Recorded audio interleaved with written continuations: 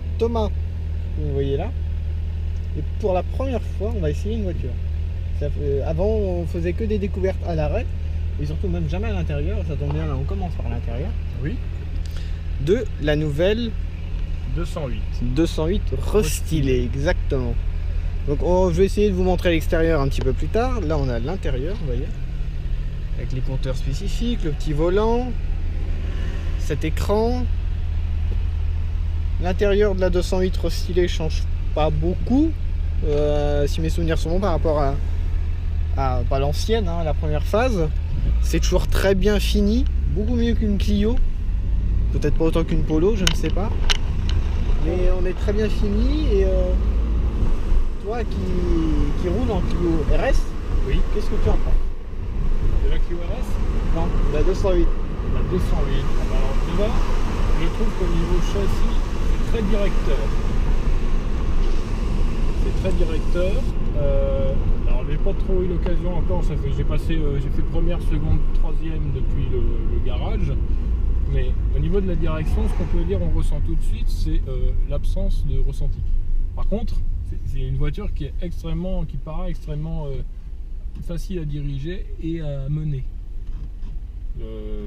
Faut savoir qu'on a le... Ouais, excuse-moi, vas-y, non. Faut savoir vas-y. On a le 1,2 litre 110 chevaux, le nouveau moteur essence. 3 cylindres. 3 cylindres, exactement. 1 litre de turbo, faut penser. Oui, 1 litre de turbo, exactement. Pas atmosphérique, ça se fait même plus trop du coup. Maintenant, et qui est assez primé dans la presse. Et tout le monde a dit du bien. Et aussi. Déjà, à l'oreille, il fait plutôt un joli bruit. Ouais. Il fait un bruit agréable.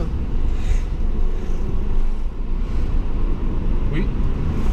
Un bruit très feutré quand même. Hein. On est sur une citadine polyvalente après, mais là on ne doit pas du tout l'entendre même à la caméra. Mais...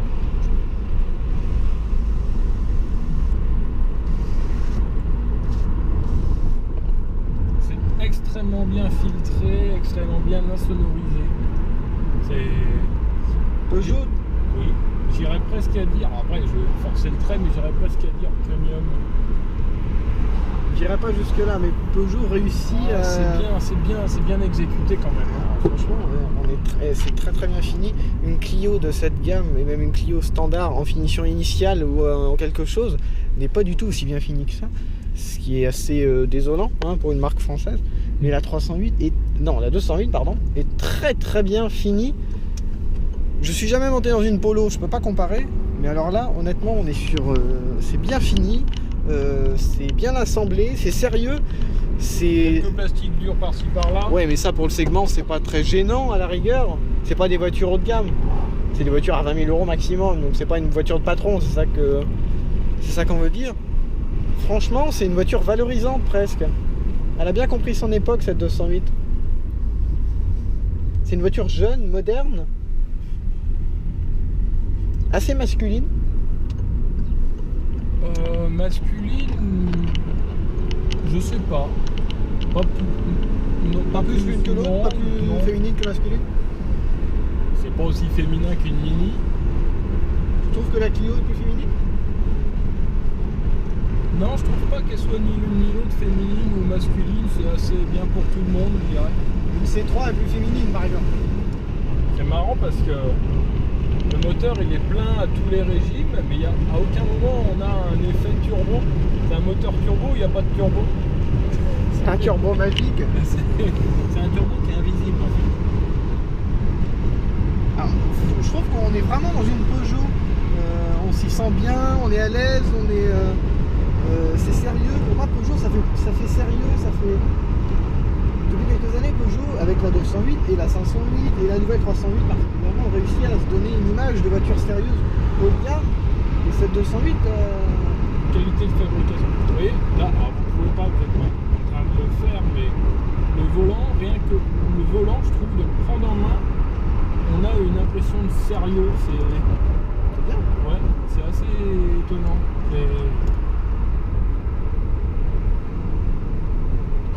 Les assemblages sont franchement très bien. Alors l'écran, je suppose qu'on règle beaucoup de choses à travers cet écran. Je suis jamais monté dans une 208 avant, donc si on pouvait mettre la clim. celui-ci. Ah oui, si, une 208 GTI. GTI 30e anniversaire. 30e anniversaire, c'est vrai.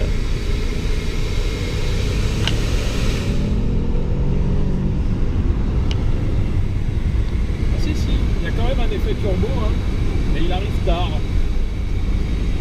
Il faut appuyer sur la pédale. Là, ça pousse étonnamment fort pour un 3 cylindres 1,2 litre. Après, dans une 208 qui est une citadine, je pense que le 110 chevaux, c'est pas vraiment le cœur de gamme. C'est un niveau assez puissant quand même pour une citadine, je pense. Si je dis pas de bêtises, il doit y avoir un 90 chevaux en essence, qui doit être plutôt le moteur essence le plus vendu, non? Enfin, 110 chevaux, ça me paraît déjà pas mal, une voiture de cette catégorie. C'est pas mal, c'est pas...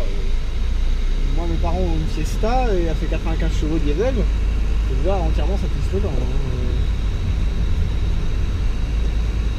va t'arrêter un petit peu. On a découvert. J'essaie de vous montrer l'extérieur de cette 208 un petit peu.